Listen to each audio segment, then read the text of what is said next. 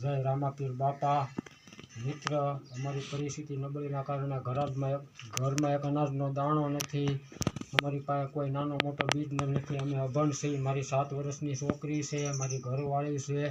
અમે એ કારણે પગયાત્રા આ સાવરકુંડલાથી રણુજા ધામ રામાપીર બાપાએ રાજસ્થાન જઈ રહ્યા છીએ। આજે 800 થી 900 કિલોમીટરના અંતરે।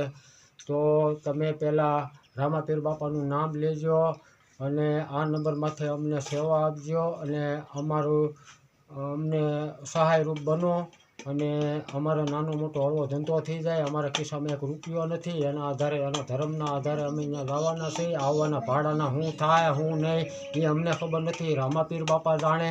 અને ભાઈઓ બહેનો, તમે અમારા ભારતીય ભાઈઓ બહેનો છો તો તમે અમને હેલ્પ કરજો અને થોડામાંથી થોડું તમને ઈષ્ટદેવે આપ્યું તો અમારી મદદ કરજો।